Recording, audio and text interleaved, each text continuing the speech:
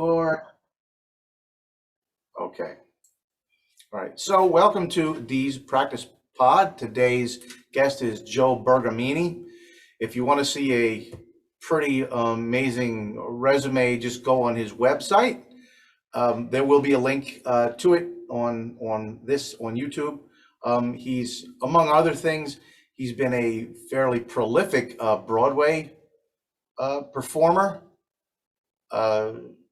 Even most recently, I'm just looking at some of the ones that some of the younger folk would know: School of Rock, Hamilton, Natasha, Pierre and the Great Comet of 1812, Moving Out, Jersey Boys, Spider-Man. Wow, did you have to duck for that one?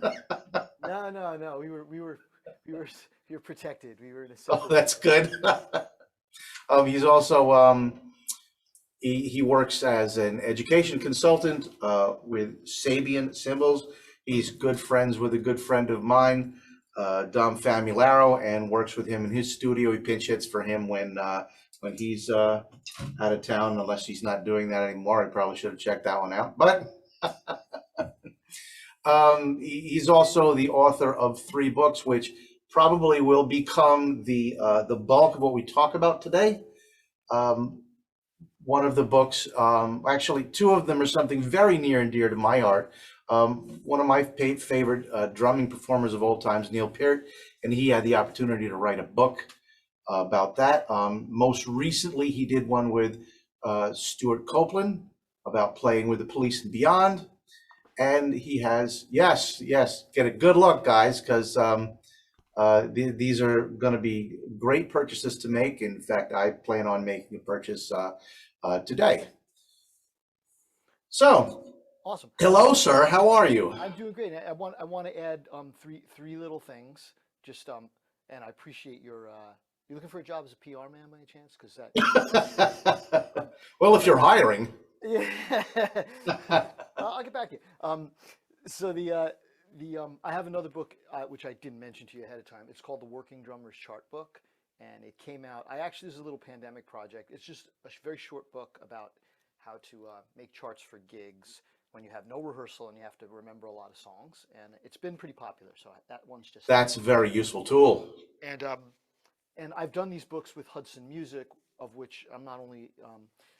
I'm not just the president. I'm a client. No, I'm not just an author for Hudson. I'm also the senior drum editor, and the owner of the company, Rob Wallace, and I are quite close. And so working with Hudson and all the authors through Hudson has been a huge part of my life lately. That includes recently David Garibaldi, Steve Gadd. It's like a dream come true. Wow. And I would be remiss if I didn't mention my current playing situation which is my group, the Doo-Wop Project. Which is, brothers of mine, and we tour all over the U.S. and outside the U.S. too, occasionally. So my tour dates are on the website. So if you want to come and see me screw up some songs, just go on my website and get the dates. That sounds great. That sounds fantastic. Well, let me. I have some initially some boilerplate type questions. Where did you grow up? I grew up in East Hanover, New Jersey. I was born in Belleville, New Jersey, home of the Four Seasons. If you saw Jersey Boys, yes. Tommy DeVito. Hey, Tommy DeVito, Belleville, New Jersey. He comes out. I'm like behind the drums. I'm like, over here, Belleville, New Jersey. No, I was born in Belleville, and my dad actually went to high school with some of those people. Tommy DeVito. He was older than Joe Pesci, but Belleville High. So I always felt like Jersey Boys. I was reliving my parents' childhood, And then we moved out to East Hanover, which is a suburb about 25 miles from Manhattan, and I just live very close to there now as well. Right. Okay. What initially gave you the bug to start playing drums? I've told this story in great detail in so many interviews. I'll give you the Cliff Notes answer. Okay. I turned on the radio at 13 years old, and I heard Subdivisions by Rush. Also, I heard Separate Ways by Journey and Dance the Night Away by Van Halen. Also intrigued me, but Right. Subdivisions by Rush, and I said, I don't believe I didn't come from a musical family. My sister had the traditional, girl got piano lessons in our Right. old school upbringing. But my brother and I discovered music kind of on our own. Listened to Subdivisions on the radio. I had tape recorded it on a cassette, played it back a million times, and went to my parents and said, "I want to play the drums." I have a similar story to that. Subdivisions was my initiation into Rush as well. I was at, and I've told this story in the podcast too. Um, I bought. This was at a time where you were at the age now where your parents, instead of asking for your list for your birthday, just gives you some money and you go and buy what you want. So I bought two albums. I bought Raised on Radio by Journey because I already had Escape and I liked it. And then someone said, you probably ought to check this band Rush out because the drummer's he's very different. So this is when your stereo was furniture and it was made of real wood and there was a TV in it and and you flipped it up and you had that long stem so one album would drop down to the other. So I started with the Journey one. I thought it was good, but I didn't think it was all that much different than the album before. Then Subdivision goes on. It just blew my mind. Just completely changed the way I thought about the instrument. And what's funny is before that, the thing that I was listening to most frequently was the Police. So, Oh, well, you're right in my wheelhouse here. nice, nice. So, okay. So obviously, an early influence. Are you still influenced by the same people when you were younger, or is it more of an evolution? That's a good question. So the drummers I played along with, I played along with Rush pretty much like every day, and I found a guitar player friend of mine, sadly since passed away. His name was Paul, and in my high school, for whatever reason, people sort of liked Rush, uh, but they didn't. Me and Paul, my buddy Paul, loved Rush so much so that like they were kind of like an uncool band in my high school, and so that made me love them even more. They were like my, Right. and when I read those lyrics and everything like that, I mean, as far as I'm concerned, Neil was just talking to me. Um, so I was really, really deeply into Rush. I went to see them the first year I started playing drums. So I was 13. I saw them on the Grace Under Pressure tour at Madison Square Garden. Had the very last top row because that was all that was left, and my dad didn't want to spend money. My dad took me and Paul. People all around us are smoking weed. My dad's like, "You're not coming back here," and I was like, "Pop, I just want to see the drummer." But he got it. And then I think what happened to me in retrospect, which I'm glad was a good thing, and I'm glad I did this. Or I mean, I didn't really have any agenda, but I pretty much like all the metal bands that were popular when I was at that age. So when I was born in 1970, was in high school during the mid 1980s. So the bands that were around, I was a little too young to catch Zeppelin and Sabbath and Deep Purple when they were first when they were first happening. Right. So like Deep Purple for me was like Perfect Strangers was the first record I really checked out. Right. There was the records that were coming out. So I played along to a ton of Dio with Vinny Appice, Ozzy with all his solo drummers, right from Right. Blizzard of Oz on. I was a big Randy Castillo fan. I remember I learned Yep. The Ultimate Sin note for note. I totally liked Journey. At the time, I didn't understand in retrospect, some of what Steve was doing.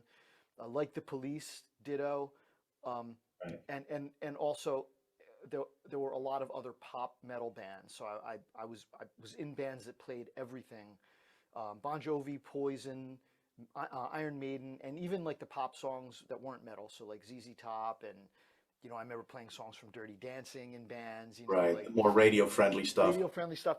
And I verged a little bit into the metal thing, the death metal thing, but not very much. Like I never became a huge Dave Lombardo fan, but I learned a lot of Metallica. I learned a lot of Anthrax. Right. Um, Right. not so much, you know, not so much the Dave Lombardo thing. And I couldn't really play like Angel of Death fast enough anyway. So, and it was a little too, I was a little too into the melodic thing, I guess. And so yeah, so during my formative period, seventh, eighth, ninth, 10th grade, I probably spent an equal amount of time playing along to simple groove tunes than I did with Rush, you know. But to get back to your question and to answer it, I never like really abandoned any of the stuff that I liked. I still love Rush, you know. I don't listen to Rush as much as I used to. I mean, I've listened to every note so many times that Right. you know, but I do, you know, I go back and rediscover those things, and I still like them. I still love the Police just as much. I Right. did go through a period where, you know, I started studying with Dom, Yes. and Dom really opened my eyes outside of the rock world. You know, he could see that I had kind of blinders on, and I knew everyone's name, but I hadn't studied them. Right. So I went through a period in my early studies with Dom where I rebelled against Neil, and I didn't want to listen to Rush, and I was like, yeah, that stuff's, you know, I was into Matt Vishnu and Cobham and Fusion, and Lenny White, Return to Forever, and you know, starting to get into Tony, and I was like, yeah, you know, I'm not going to listen to this simplistic, you know, it was a stupid, you know, of thing to do in retrospect, but yeah, I feel like I've tried to just add on greats that I was ignorant of, and there's an endless list that you should. Oh, it's just so. I think it might be with our. I'm biased because of 40 odd years of playing, but I think that we probably have a greater list than other instruments do, and I think one of the reasons why is because what makes a drum set is so completely different. A guitar, I mean, you're gonna add pedals and things like that. Maybe you'll put different strings on, but it's pretty much a guitar. So Well, I I think think that you go ahead. I think I think if you get deeply into every instrument, there's probably a list. I mean, I don't know that I know.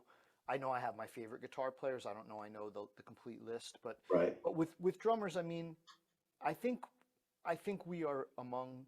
I'd like to think we're among the most open-minded. I mean, we have our brother and sisterhood with our clinics. We always talk about that, you know. But Right. on the other hand, you know, look, I'm a teacher, so I'm going to teach right now. I'm going to teach. Right.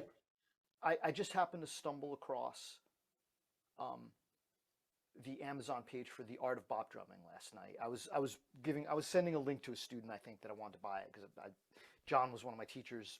He's the greatest jazz educator alive on drum set, and I love his books.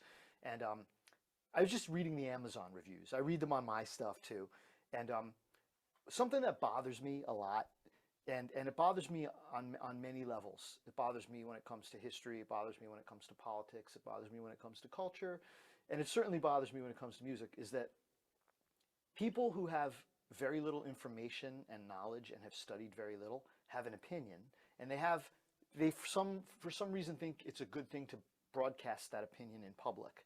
And so there was a review on the Amazon page of John's book, giving it 1 star, you know, Yeah. like yeah, and saying these charts at the end of the book don't match the songs, and it's not explained, and they're very unclear. And so this person, who I'm sure was a young person, maybe didn't know better. I'm going to give them the benefit of the doubt. Um, you know, I'm reading this and I'm like, what? Why wouldn't you take a pause from the 500 5-star reviews and think that maybe you missed something? And that this gentleman, you know, he did play everything. If that Right. kid who wrote that review, he did actually play all the hits that are on the charts, you know, and he did actually explain. So, you know, and I'm saying this because um, sometimes I'll get a student and they'll be like, you know, oh man, you know, I mean, I love jazz now. I grew into it. I didn't love it, you know, when I was younger. Right. I'll get a student. They're like, yeah, I'm not really like that into jazz, you know. And the answer is like, well, I don't care. If you want to study with me, you know, there's a point where we're going to listen to Tony Williams and we're going to listen. Sure. Right. Yeah. So yeah. So I think it's like certainly if you want to do this on a professional level, you have to study all of those grades. Sure. Not to mention Afro-Cuban. You really have to keep your mind open to every kind of music because you never know what's going to become the next big thing down the line, and you can be Exactly. left out the door. Exactly. And to a final point to this, in my Instagram feed yesterday, I was, you know, I'll stop and watch some of the videos. I dig watching drum videos. I don't spend all day doing it, and I certainly like watching full band videos. And I came across a uh, a Van Halen tribute band. I'm a big Van Halen fan. I love Alex, Yep. love Eddie, love both incarnations of the band, the Sammy and the Dave. I love Van Halen, and when I see, look, I don't want to come across like saying I'm Mr. Swing, you know, but I've spent a long time, you know, studying it. I'm as good as I am. There's other people who way better than me, but I love jazz. I love swing. I love shuffles. I've listened to it a lot. I played it a lot. When I see, for instance, a Van Halen tribute band, I can tell you in one song if the drummer has listened to or studied or played any jazz. And I'll tell you one thing, Alex Van Halen did. And that's Yep. why typical bar band cover drummers who play Van Halen don't sound like Alex Van Halen. Well, if you just think of the beginning solo of Hot for Teacher, that's all shuffle. Yeah, that's you know, that's all shuffle. He plays like so many great shuffly things like all the time Yeah, that you even to this day like I you know I'll do I've been liking, you know, lately doing lessons sometimes in my teaching. You know, I always have a curriculum for everybody, but I'll go off and be like, let's just listen to Stuart today and check right. out parts. And even like after all these years of listening to like one of my students had to learn Panama for a gig, and I just every time I would put it on, I remember I was in a Rush tribute band for 10 years. I would put a song on after that I've been playing since I was 13 and be like, oh my God, I've been doing that wrong this whole time, you know? Yeah, yeah. Sometimes either you didn't have an expensive enough stereo to catch it all, or Well, just you just misinterpreted it, or yeah, so here's the thing. That's very interesting what you just said. The main reason why that happens to people is because you can't hear what you can't hear. If your lexicon does not include the concepts that Alex Van Halen used that were influenced by Gene Krupa or Buddy Rich that made him play what he played on Ice Cream Man or any of those swinging tunes, you know, Out of Love Again, you know, with that big bandish type soloing he does, the chances of you missing things that he's doing and playing them wrong are great. If you don't know the diddle stickings that Neil would play on his, you know what I mean? Like yes, you can't hear what you can't hear, right, right, you know? sure. Yeah, if you're listening to a conversation in French and you don't speak French, how much are you really picking up? Yep, exactly You right. know? So, Exactly. And so like another one final example of that is like, you know, in the song Separate Ways, uh, yes, there's that break where Steve goes, you know, in the clear. yes, You know, like first you start from a place of like, okay, like what's going on with that? And then usually most people get to the place where they they can hear the lick. yeah, Can you hear that when I tap on my lick? yeah, like the four-stroke roughs. Yeah, I can hear it. Yeah, Yeah, yeah. So the rhythm that he's playing, right, is right. yes. He's So it's playing. sort of like a polyrhythmic sort of, Yeah, it's yeah, like a three note blushta type thing that goes. right, But like you know, I could hear the lick before I could actually hear the time, and I would ape him. I would mimic him right, and get it exactly right with the record. And then when I played it with the band, I would just copy, you know. But I wasn't hearing it in the right vibe. I was just aping that, and I wasn't really right. hearing. And people Yep, who cover Rush songs and people who cover Van Halen songs, a lot of times, like they're really inspired to play that stuff, right, but they don't have in their wheelhouse the back concepts. So when they study with me, I'm like, yeah, we're going to learn to read, and yeah, we're going to study jazz, and we're going to, and it's funny, like you know, it's a long road, and most people get it and they dig it.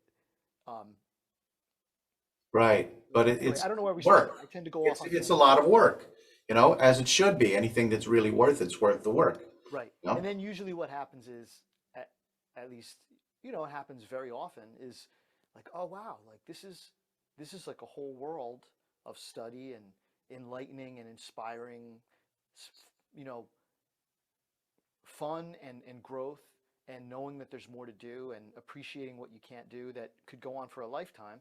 And that's why David Garibaldi still loves to practice and he just put out DG's Notebook. And Yep. you know, Steve Gadd during the pandemic couldn't play gigs, so he wrote rudimental figures to keep his chops in shape, and that became Gaddaments. Adamance. Yep. Yeah, Yep. like these guys are like they're just so inspiring to me because they're here they're just here to do that, you know. It's great to see people continue to grow, and continue to strive to find new things as opposed to just resting on their laurels, which they completely could. I mean, everybody knows the names. So, but it's great to see that they try to evolve. So how did you start? How did you start working with Sabian? Oh, great question. So uh, I wish I could give a short answer to any question, but I'm not capable of it. I realized after many interviews, I'm not capable. So basically what happened was I started studying with Dom, and Dom switched me to play Sabian. He was playing them. I loved the symbols. I switched over. And at that stage of my career, I was in my 20s. I was just out of college. And I have to admit that I was probably a little too fixated on endorsements at the time. Um, but however, having said that, one of the things that Dom coached me to do was to go to the NAMM show and the PASIC Percussive Art Society International Convention every year. And his logic was, um, as far as the industry side of drumming, if you want to be involved, you have to be out there where the people are. And if you just stay in your little fishbowl in your town in New Jersey, no one's going to know what you're up to, and you won't be able to have any kind of profile outside of there, which was invaluable advice. Um, and so I invested in myself. I flew myself to these conventions year after year and just started to network and everything. At the time, Dom was doing he had become a consultant for Sabian and Vic Firth. At that time, when I started studying with Dom, it was, he did clinic tours with Billy Cobham and Simon Phillips for Tama, and it put him on a map, and he became a worldwide drum star. And when I started studying with him, he was already a worldwide drum star. And so he had these programs. He's like, let's have a grassroots program with Sabian, and let's have some local players go into some schools uh, in their areas and build up teaching practices, and they'll promote Sabian, they'll promote education, they'll bring in more drummers. And I was one of the people that Dom wanted. Excuse me. I was one of the people that Dom wanted to be part of that program. So I was trying to build up my private teaching practice locally, and then what I did was I joined this program. Was what was it called? ESP, Educational Seminars and Percussion. I would go out and do clinics, and then Sabian would support me with, like, I think they maybe would give me $25 a clinic, but they would give me swag, and I had the symbols. Right. Yeah, it's invaluable. Yeah. And my point with the story is, um, starting from about 1994 or 93, I would everyone Sabian, I had met them, everybody at the trade shows, and I knew everybody at the company, and I would, give them a report when I did clinics, and I wound up becoming an endorser for Sabian, I think in 94. I mean, it was really early on, 95. Um, and so they've been part of my, Sabian has been part of my whole drumming, family since I became a pro. And so that in working with them, Dom's always been their lead, education drum set consultant. Hmm. I just got to know more and more people. Got to know Bob Zildjian, the founder, and now Andy Zildjian, his son, who's the current Right. chairman. And Andy and I especially have known each other for close to 30 years, and we know each other quite Wow. well. And yeah, I would just I was an endorser. I would consult for them on little projects. Once in a while, I'll check out a prototype with my students, and they always supported. They knew I was doing a lot of clinics. I always was at the PASIC shows, and we're just being involved with them in different ways as an endorser and educator. And so I guess it is 6 years ago now, 7 years ago. Oh my gosh, I can't remember how long ago. It seems like I want to say 6 or 7 years ago. Um, they decided to do this new initiative called the Sabian Education Network, which was which is essentially a network or club for private drum teachers to get together and network and exchange ideas to Yep. improve what they do, both I'm as a member. teachers. Yep, business, whatever. Um, Dom was instrumental in talking to Andy about getting this program going, um, and so there's some other people who thought of me too. Rick Drum, great industry consultant, businessman, who was president of Vic Firth for a long time. Rick, you know, he was also behind me getting there. Stacy Montgomery Clark, who's now vice president of sales and marketing, also is behind it. So they brought me on as a consultant to run SEN, and I run it. I'm still a full-time player and teacher, and I run it. I think that's part of why you know, they like having, Dom is an education consultant. He's out in the field. Mark Reynolds is the marching, and symphonic consultant. He's a great drumline designer, writer, educator. So all of us are all active. So yeah. So does that answer your question? Yes, it certainly does. Okay, I want to get to your books. Yeah. Let's start with the Neil book first because well, that's pretty it's pretty an amazing feat.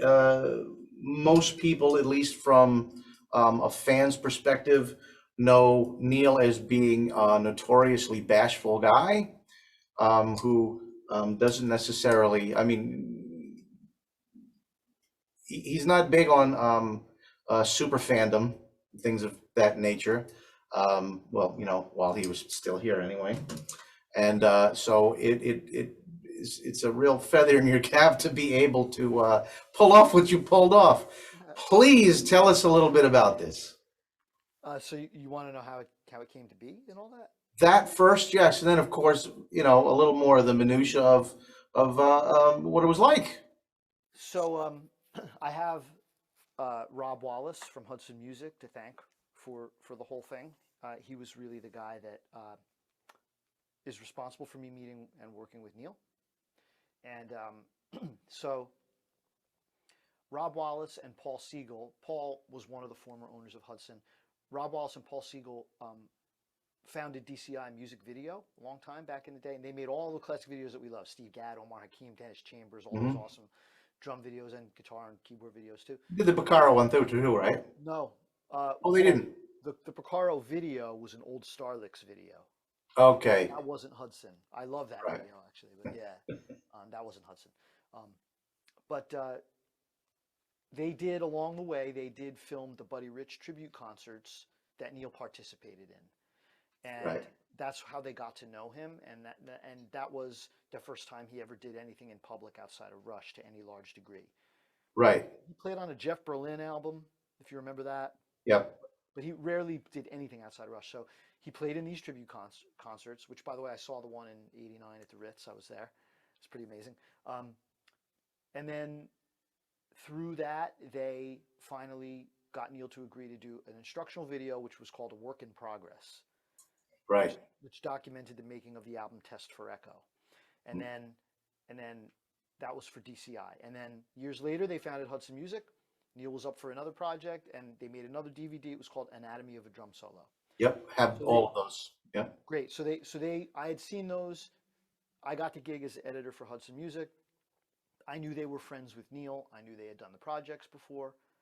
And when we would brainstorm projects, I never brought up his name because I just thought it was a foregone conclusion that, first of all, Yeah. I don't know if you'd want to do another thing. And secondly, I figured to come at them and ask about Neil would be a waste of time, because if he found out, we got this guy who was in a Rush cover band, Neil would be like, no freaking way, keep that maniac away from me. Right. So what happened was one day Rob and Paul said we happened to talk. We had lunch with Neil or something, and we feel like he's ripe to do another project. He seems like he might have enough downtime, and we kind of were like, well, what would we do if we did it? And so we know that you're a huge fan of his work, and we wondered if you might want to give that some thought and maybe make a proposal. And Right. so I was like, of course, I would love to do that. So I did. So I made a proposal, and my mission in the project was the thing that Neil didn't do in the two previous works, and that he seemed reticent to do, was to talk about the classic songs. Right. I always felt like, it's super sweet that he's talking about Test for Echo and playing his lessons with Freddie Gruber, but like, let's get down to brass tacks. Let's talk about subdivisions. Let's talk about Spirit of Radio. Let's talk about Right. Yeah. And Neil's like, I'm never looking backward. I'm only looking forward. And so I sort of like got that, and I was brainstorming how would I catch his interest. And so what I did was I just felt like I just went for the jugular. I was like, through Rob and Paul, because I wasn't allowed to have access to him, through Rob and Paul, I made a proposal that just said, let's do a survey of your work. And I went through each album and I wrote down what I thought were the driving drum themes of the album and how they surfaced on different tracks, and then what other one-off themes might have popped up on certain other songs and where the influences came from. And I used old Modern Drummer interviews, and I researched, and I created this whole proposal of going through his work. And what wound up happening was he was really intrigued and impressed by the detail of the proposal, and he wasn't exactly sure. It didn't convince him to talk about his old work, but it cracked the door open. He's like, oh, you know what? Maybe this guy might be a maniac, but he seems like he knows a lot about my work, right? So so anyway, finally Neil's idea was like, if we could do it and I could play the songs the way I play them now because I play them better, that was how he felt, and we could document how I'm doing them now on this upcoming tour, then anything that we're playing on this tour will be fair game, and we can talk about the parts. And because I have to practice it all to get ready for the tour anyway, and it was the Time Machine tour. First of all, it could have been. I would have said any of the Rush set lists would have worked fine for that. Sure. But this particular tour was the Time Machine tour. So if you remember, there was nothing from like the first, from there was only a little bit of 2112 and nothing from the albums before that, which I was fine with that. And then starting with I think the first full. Did they do Closer to the Heart in its entirety on that tour? I don't think they did. I think they did. I had the Trees and La Villa, so those are the two earliest. Okay, yeah. And they also did Moving Pictures in its entirety on that tour. And they did Spirited Radio, they did Free Will, they went through the whole Subdivisions, Marathon. They went through all the way up to now. Right. And so I was like, yeah, that's the ideal. So Neil said, if we can do it that way, then my idea is Anatomy of a Drum. A Work in Progress was about recording in the studio, test Right. record. Anatomy of a Drum Solo is about playing a drum solo, Right. constructing it, and this one will be about performing live, the challenges of live performance. So that's how the project came to be. And then at that point, Rob said to Neil, maybe you should meet Joe and see if you'd be comfortable working with him. So the way that went down was Rob said, okay, well, why don't I bring him to one of your concerts? And Neil said, okay. And we went to the shed down here in New Jersey, PNC Bank Arts Center, where I saw Rush probably 12 times. And we went backstage, met Michael, his security guard, for the first time. He's now my buddy. Beautiful, beautiful guy. Did a great job, taking care of Neil when he was still with us. And it was sort of like the day I dreamed of as a kid. They took me on Neil's bus, and Rob introduced me to him, and I just sat there and listened. They tried to stay quiet. Rob had instructed me, not to talk about the project. Interestingly, he's like, don't talk about the project at all. Don't push it. Just like hang out. Just keep it human. Yeah, like he. I just want him to meet you. That's all. Right. So we went, and then we went back, and it was, again, I feel like I've had a lot of chances, thankfully, to tell the story. I just tried to stay quiet. I kept hearing my old man's voice in my head, like, better to remain silent and be thought a fool than to speak and remove all doubt. Move all doubt. Yep. I know that one. Eventually, we started to talk, and it wasn't really about drumming. And then eventually, Neil's like, oh, it's time for sound check. We have to show Joe my drums. And I was like, you got to be kidding. And Neil took me out to the kit, and he sat me down on the drums. Wow. And we talked about the drum set, and then Getty and Alex came walking out. I was like, I don't friggin' believe this. Like if I was like 15, I'd just have a heart attack and die right now, And then I was like, can I sit next to you? And I watched Neil play sound check, and it was the greatest day. It was the second greatest day of my life. I'll tell you what the greatest, not day of my life. I mean, but of my drumming dreams, like of me. And then we went downstairs, we talked a little more, and he was like, I'm looking forward to working with you on the upcoming project. We got outside, and Rob was like, it was like a big league baseball game. He was like, slap me on the ass, attaboy, But no, the greatest dream come true drumming moment was not that day, as great as it was. It was on the R40 tour. I came to see Neil for the last time and hang with him backstage, and he never let me bring anyone to meet him. He just wouldn't do it. As you said, he was a very private man. Yeah. Except he let me bring my son. So it was me and my son Wow, backstage with Neil, and that's you know, something. he brought my boy up. He brought Nick and sat him behind the kit, gave him the guided tour, let him tap on the drums, gave him a pair of I can, so yeah. Wow. Yeah, yeah. I'm tearing up just saying it. I I can, totally get it. I totally understand. I can still see Neil, patting Nick on the head, like enjoy the show, giving him the sticks, and then, we would go sit in the audience and get a private sound check. But yeah, once you knew him, he was a prince. Yeah, yeah. One of the greatest people I've had the pleasure to meet for sure. Tell me about what the actual content of the book. Okay, so in the book, I went through the Songs of the Time Machine tour, and in chronological order, and for each album and tour, um,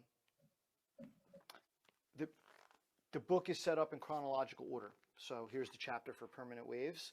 For each album, I I got Neil's permission to reprint the Rush tour book text where he Oh, explained wow. his drum set, and then Yeah. I did some analysis of the album and what's played on it, and then I showed the drum set that he played on that particular tour.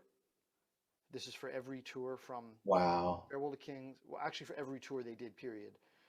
Document the whole drum set. Did a lot of research here, and then I go through.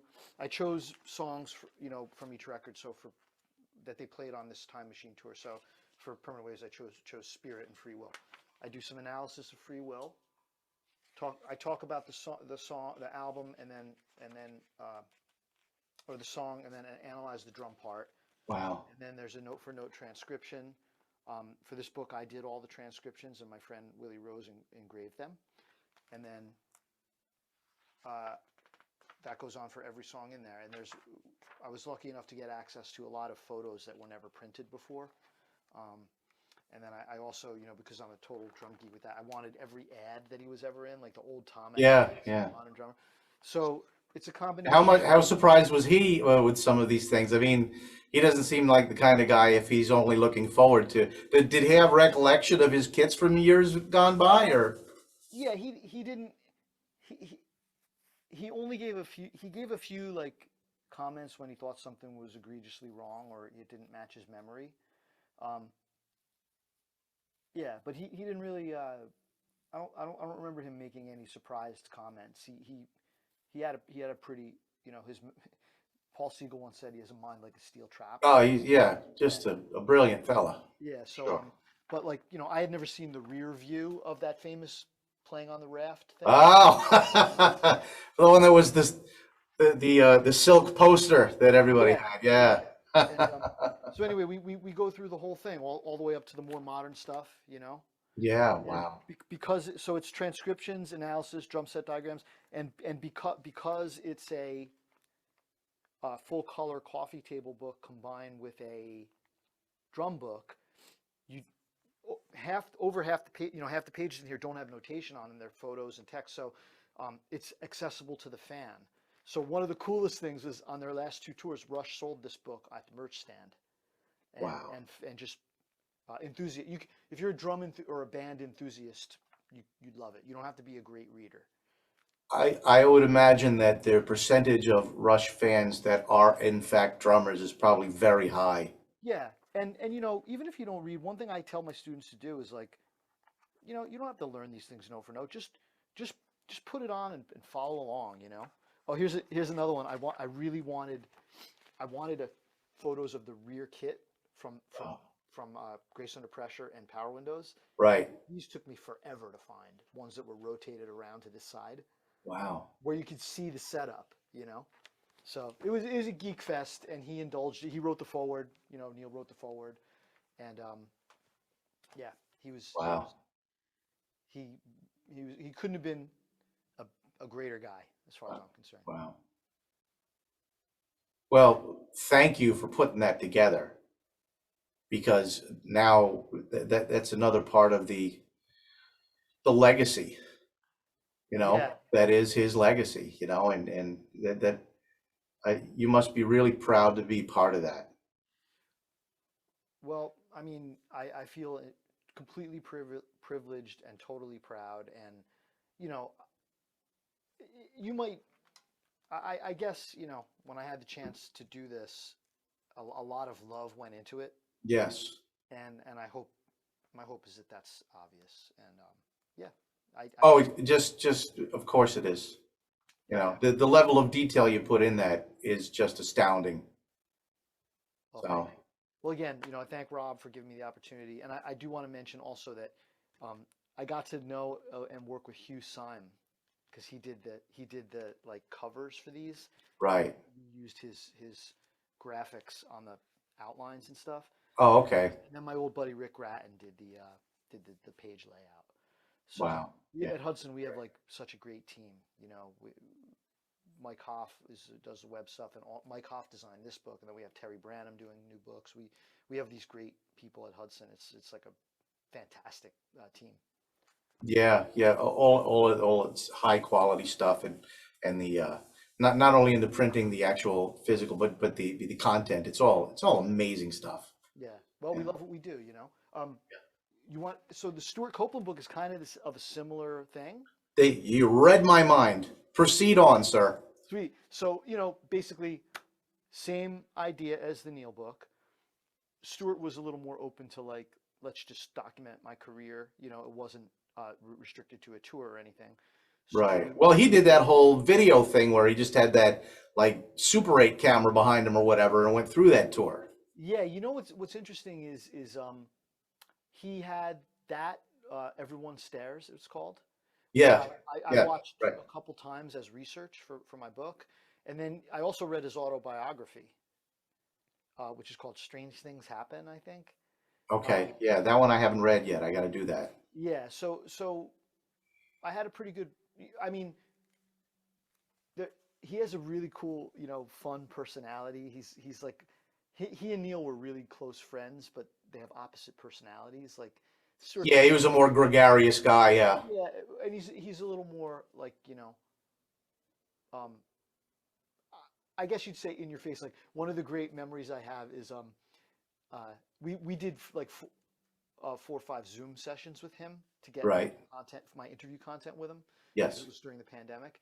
And Right. one time in passing, I said I was in the process of asking him a question, and I was like, you know, so in the, you know, 70s when you joined the police, you know, where were the first venues or something like that? And he's answering, and you know, he's standing in his studio, and he's like, well, back then when I formed the police, you know, I was like, got it, you know. Yeah. Yeah. Going So in. yeah, get right in there. But also like, you know, a private guy in his own way too. You know, like you know, I'm not gonna go in there and like I happened to get to know Neil and become friends with him, and we would hang Right. out, go to LA. You know, you can't go in there and like, you know, I'm your new best buddy. That's like totally not cool. You have to Yeah. respect. Um, so having said that, Stuart actually, I know we are using a video for this, right? Yes. So like one of the coolest things was that Stuart and his longtime tech Jeff Seitz, Stuart happened to be rehearsing with his side band Oysterhead Yes. at this big rehearsal thing in Pennsylvania where all these huge bands rehearse, and like they invited me down, like they let me come and take photos and let me stand behind Stuart 10 feet away from him while he was rehearsing with Oysterhead. I mean, so Wow. when you get access to things like that, you have to be professional. You know, you just have to try Yes. not, you know, yeah, just try not to be a pain in the ass. You gotta, you know, they're there to work, and so you know, I was just so thrilled. And Jeff Seitz, for those who don't know, he's been Stuart's tech from the 1980s. Is just a prince of a guy. Love Jeff. We become good buddies, and he was the kind of the guy that was like got me in there and whatever. So what we did was we, as a big fan of Stuart, went through his body of work, and that body of work, I knew he would be happier and maybe even more willing to agree to do a project with us if that included his non-police work. So it includes Right. Clark Kent tune, Animal Logic, which I happen to love actually, Right. and a couple of the soundtrack things. And then there's an Oysterhead tune, and then there's one tune from one of his other current bands, which is Gizmodrome. Right. But the every Police album is covered same way, right? So Mhm. same vibe. We had, take an album and, Wow. Yeah.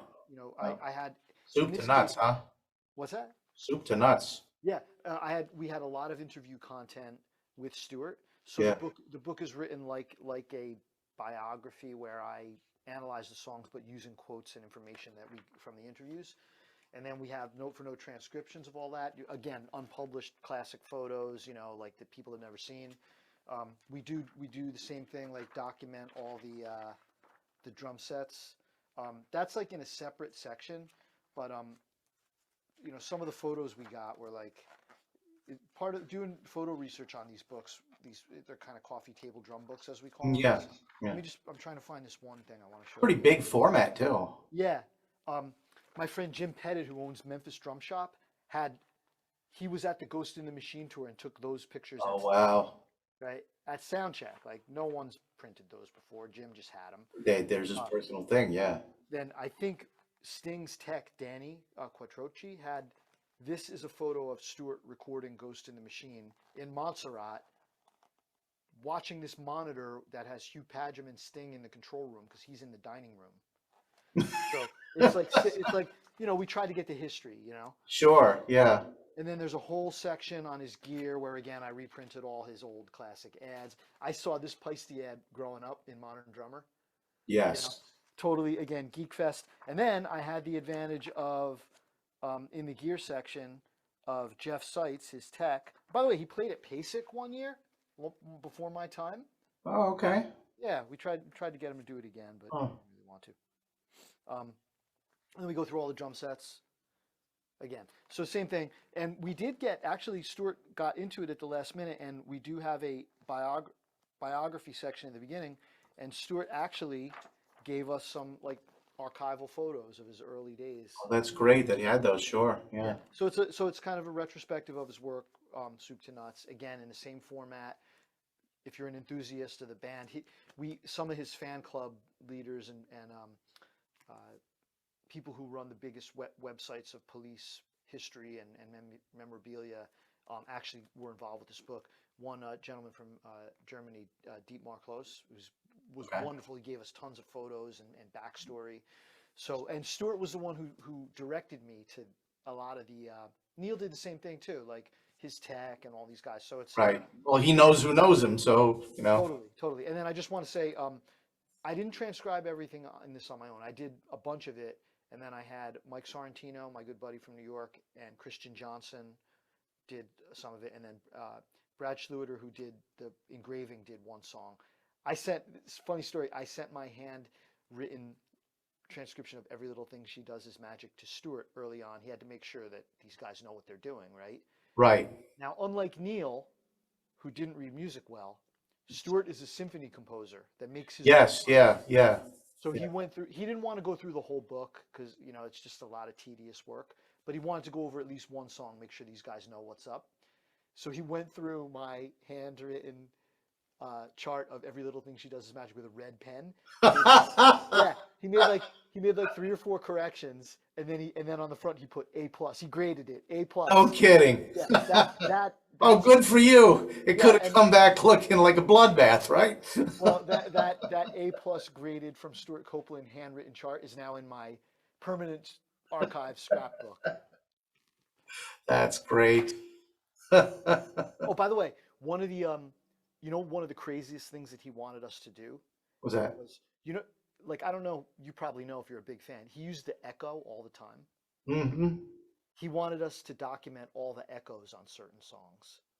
So like Walking on the Moon, if you see online drum videos of people teaching it, like I know Rob Brown actually has a great one. He does an awesome one. Most people are trying to reconstruct something that sounds like if I was in a tribute band, I'd either have to get a delay unit or I'd have to play, if you're playing Every Little Thing She Does Is Magic, you might have to go. Yes. But he didn't play the second note. It was a delay. Oh, okay. Okay. See, I fell victim to that, which is the reason why I play matched grip now. I started playing traditional grip, but since Stuart had his hi-hat up so high, I had to have mine up so high, and I was trying to get down the other way of stopping, and it had all that echo in there, and I didn't have octobans. Instead, I had rototoms. So I do that, I go into the groove, and I come back, and every time, whack, I'd open my knuckles up on my hi-hat. So I said, what if I just went this way, and then I'm going to hit wood instead of skin, and now I've just kind of stayed that way. Well, we had to come up with a method, we're like, how are we going to document the echoes? I mean, if they're not played. So we came up with this other note head that's in parentheses that are all the echoes. And So like what would be like a ghost note? yeah, but we had to use a different. We used a Serif X note head that looked different from everything because a ghost note, even if it was a ghost note on the snare, you understand what I'm saying? Let me. Yeah, yep. This page, I love those pictures. Oh my gosh, look at that. We did have to white out some of the stuff. Oh yeah, the infamous one on the rude on the thing when it was for rude symbols Yeah. for the Let me, let me, Pisces. let me show you what I'm. Let me show you what I mean here. Yeah. So like, you see all the notes in parentheses. Yes. So Okay. okay. So the some of the ones that are thick with that, like the chart. I said to Stuart, the chart's going to look Muddy, messy. yeah, like nearly impossible to sight read. Yep. And he felt like, and we decided to approach it with this philosophy, like this is documentation of what it was. People aren't going to sight read this; they're going to study it and listen. And so let's document everything that was there the way it was. Right. And so everything where the delay is audible, like we have notes where So you put a note there that this is part of the notation then. yeah. So like Okay. in places like so right here it says there's a delay slightly audible on snare drum, meaning it sounded like reverb. Right. So we wouldn't notate those. But if it went or Okay. we would notate the second one. So anyway, totally like this is the like level of geekdom that we engage in at Hudson Music when we put this together. Well, I can tell you that the drumming community is certainly appreciative of that Yes. because nobody gets into the minutia like we do. Yeah. Well, one of these days I'll have my head examined, but until then, enjoy it. Right. Well, how about your chart book, Oh, yeah. Thanks. Working Drummers Chart Book? Appreciate it. Thanks for asking. This is a pretty uh, one of the things if you're thinking about writing a drum book, and I would never encourage anyone not to do it because if you're inspired to write, you should write. Is to have a thesis, have a plot, and do your research.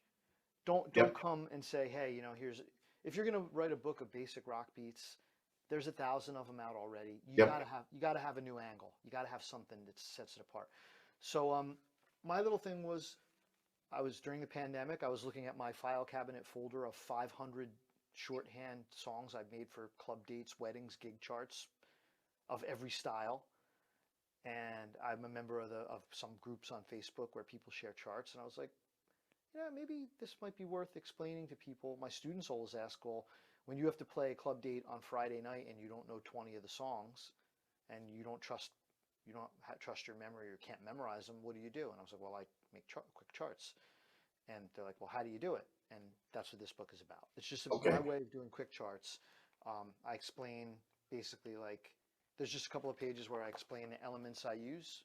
It's standard notation for the most part with certain elements of shorthand. Right. And then I actually include a couple of my handwritten ones so you can see what I'm. Oh, that's cool. Yeah. Yeah. And then I just go and I go through and I have about I think 30 actual shorthand charts. They're not transcriptions. They have like here Groove 8 where you see Right.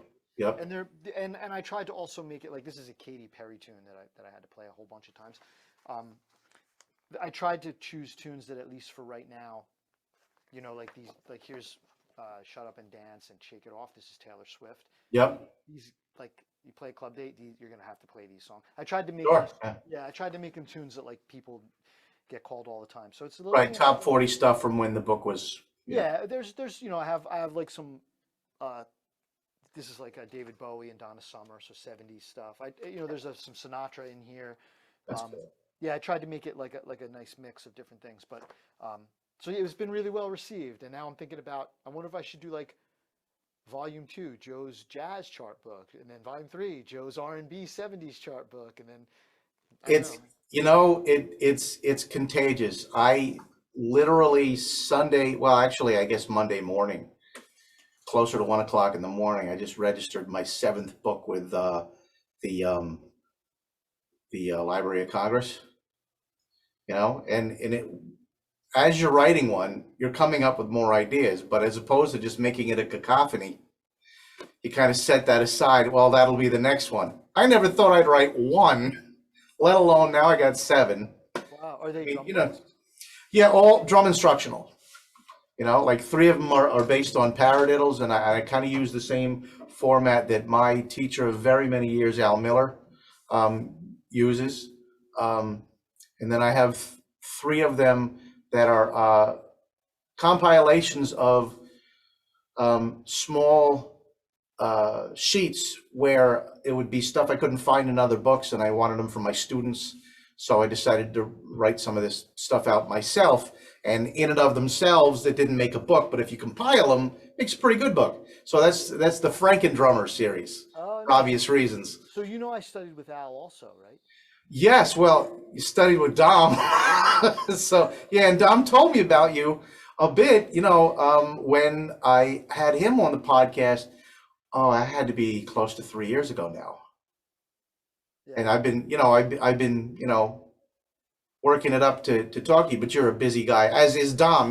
He's never around, Yeah. but Well, Al was, Dom was the one who sent me to Al, and Al was like really, really great, man. He was, first of all, a perfect gentleman.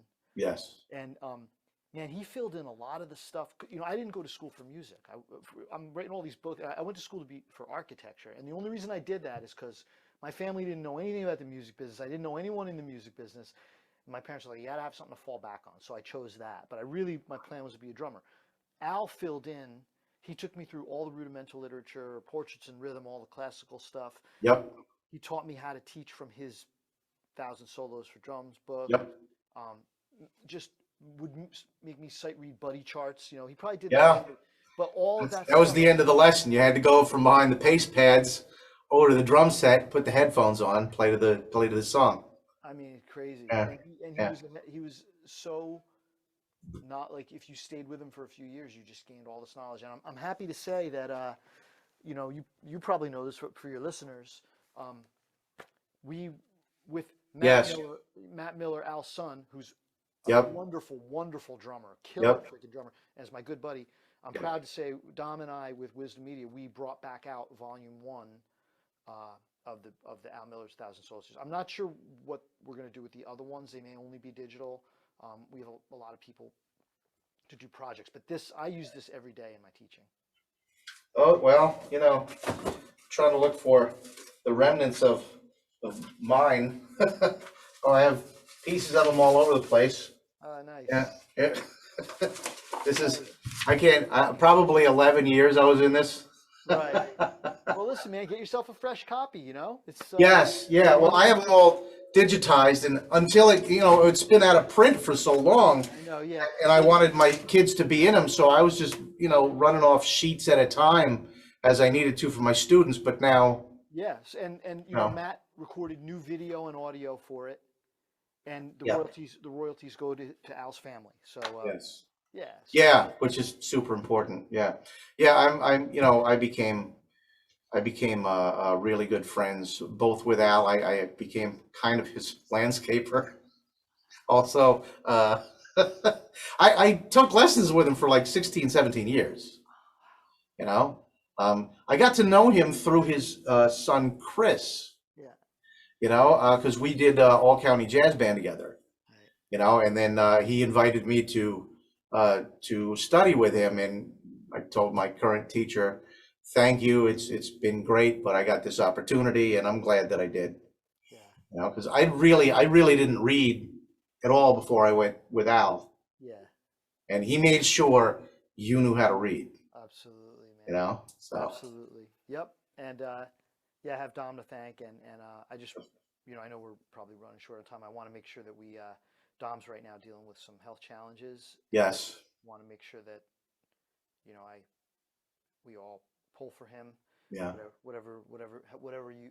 However you put your energy out to the universe, prayers, meditation, we're all pulling for him. And Yes. he's post-surgery right now in Sloan Kettering in New York, and seems like everything's going okay. It's rough, Right.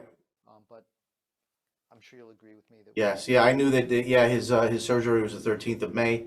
That also happened to be my last surgery on my eyes. I've been having some really, really bad. Both of my retinas detached themselves. Had to have them put back together again. And what they do that what they do with that is it causes cataracts. So I had to wait for those to mature. So well, life does that to you, right? well, I hope you have a full recovery. Oh yeah. Well, I'm perfectly fine. Dom's the guy that's really needs the prayers at this point. But and I can't think of a more positive person on planet Earth. So if that does weigh in on your health and wellness, he's going to be all right. Yeah. Well, he and I are like family, man. So Yeah. I really am hoping that he pulls through, and I think he will. Yeah. Please give him my best. For sure. All right. So, all right. Well, it was fantastic talking to you. This has been a while coming, and I'm glad that it did. What an informative session we had. What an amazing set of accomplishments you've rendered, and as you have more projects coming down the pike, which I'd like to invite you back at some point to discuss those. Awesome. Well, I thank you for having me. I'm honored to be asked, and I had fun. I'm glad. I'm glad. Okay, well, this has been These Practice Pod, and our guest today has been Joe Bergamini, and it was one of my favorite ones I've ever done. Thanks, Andy. I appreciate that, man.